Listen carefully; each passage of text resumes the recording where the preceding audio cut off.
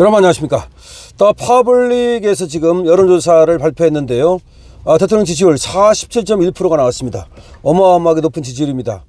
전주 대비 2.6%가 상승을 한 것이고요. 그리고 이재명은 모든 지역 모든 연령에서 절대 찍기 싫은 후보 46.4%. 절대로 안 찍겠다. 윤 대통령의 지지율은 오히려 2.6%가 올라가지고 47.1%인데 비해서 이재명은 모든 지역 모든 연령에서 절대 찍기 싫은 후보로 되면서 46.4%가 됐습니다. 윤 대통령 지지율이 지금 파죽 추세인데요. 정말로 엄청나게 지금 좋은 그런 결과를 드러내고 있습니다.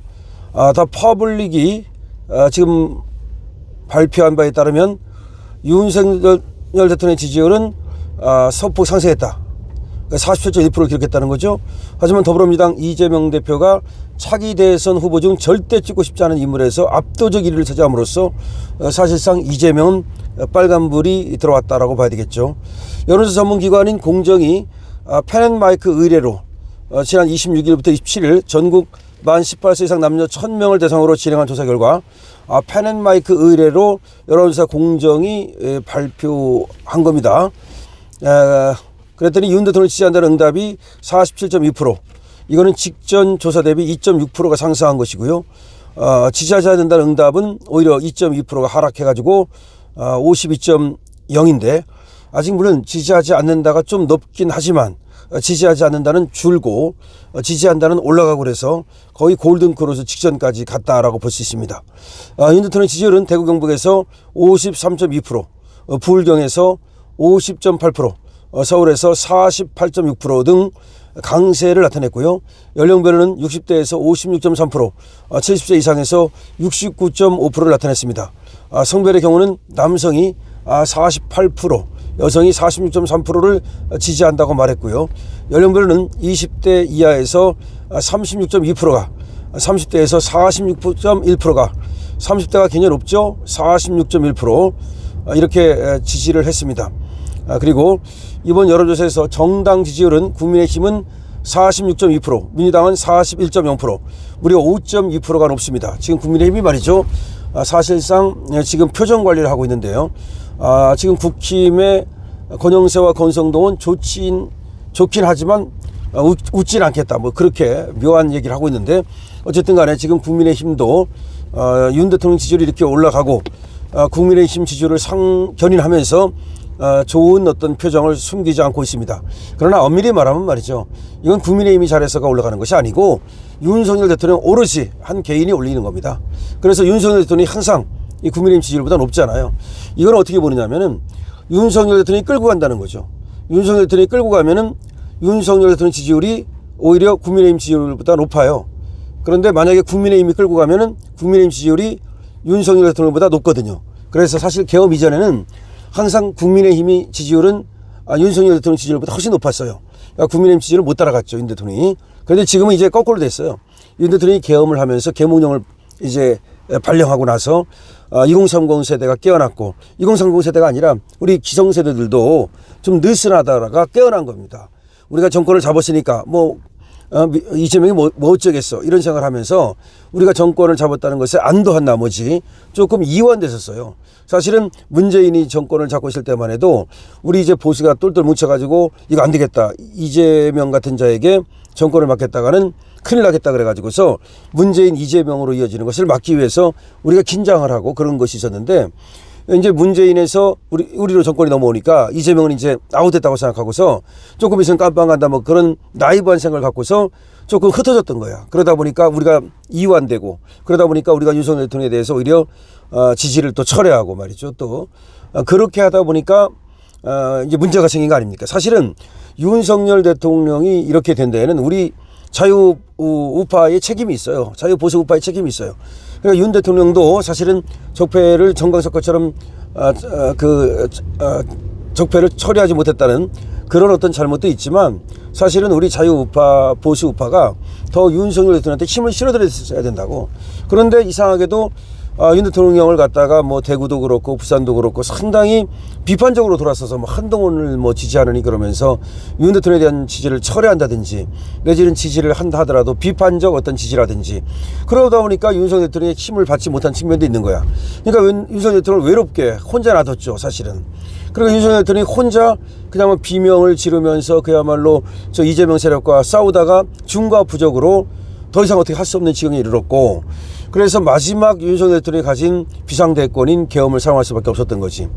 원래는 계엄을 사용하지 않고도 윤석열 대통령이 저 이재명 세력을 갖다가 적폐를 처리할 수 있는, 요리할 수 있는 그런 힘을 가졌어야 되는데, 법적으로는 이제 국회의원을 우리가 전부 다 내줌으로써 입법권을 사실상 상실했고, 입법권만 상실한 게 아니라 제가 이제 국회의 권력을 갖다가 비상식적으로 이용하면서 탄핵을 자꾸 하고 등등등등 하면서 윤석열 대통령이 코너로 몰렸던 거죠.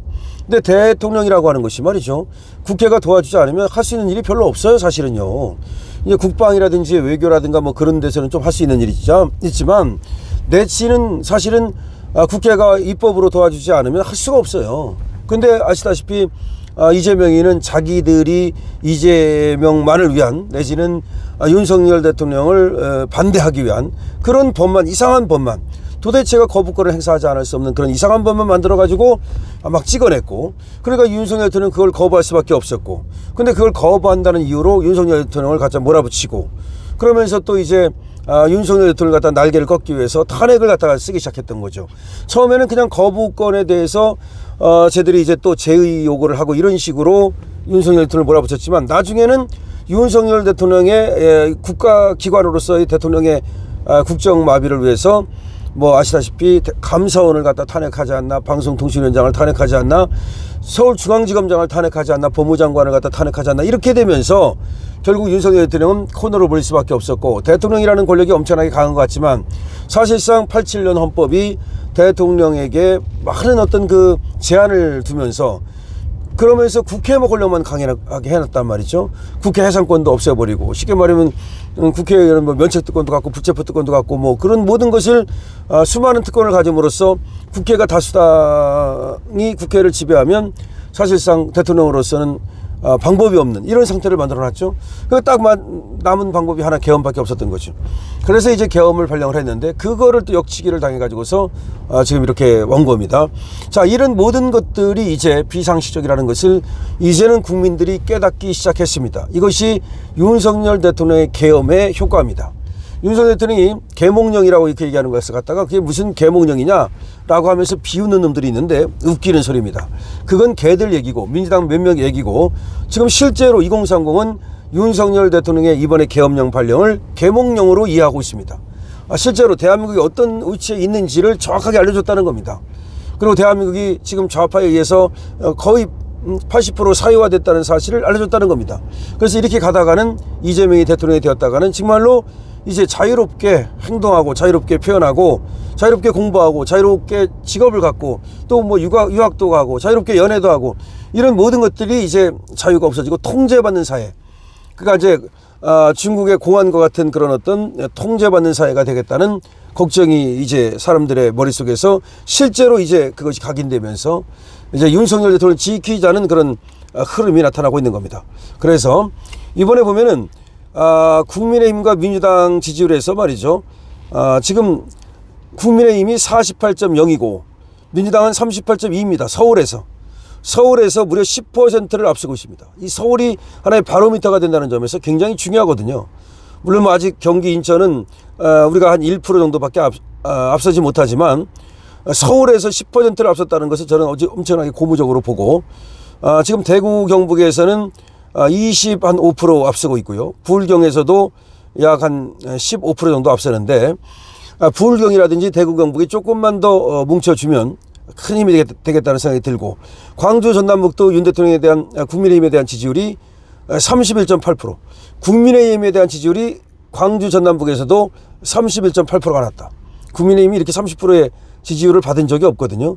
그래서 이게 전부 다 윤석열 대통령 효과긴 하지만 어쨌든 전체적으로 국민의힘이 46.2, 민주당이 41.0, 5.2%가 높게 나왔다.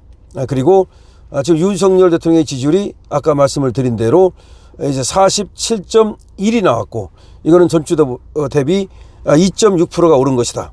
이거는 계속해서 이번에 서부지방법원 효과, 그것 때문에 또 좀 주춤한 거 아니냐라는 그런 걱정이 있었지만 걱정할 필요 없다.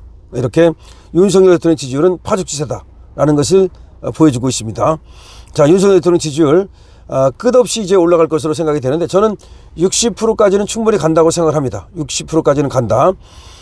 그 다음에 이제 절대 찍고 싶지 않은 인물이 1등이 46.4로서 이재명. 그 다음에 재밌는 게 말이죠. 절대 찍고 싶지 않은 2등이 누군지 아십니까?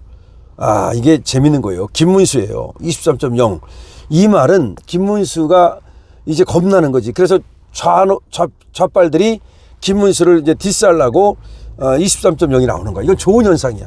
김문수한테는 엄청 좋은 거야. 김문수는 지금까지 무슨 대통령 후보도 아니었고 대통령 나간다는 말도 한마디도 한 적 없고 그렇기 때문에 무조건 나오면 좋은 건데, 김문수가 대통령 안 됐으면 좋겠다가 23.0이야. 이건 누가 그런 거야? 김문수가 두렵다는 거지. 누가?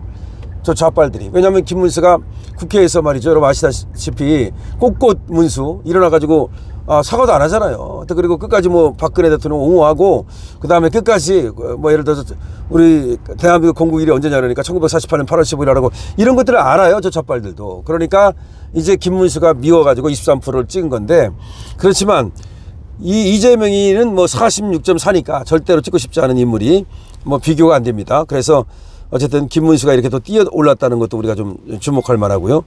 그 다음에 지금 윤 대통령의 지지율이 무당층에서도 44.4%를 기록했어요. 이게 참 또 대단한 겁니다.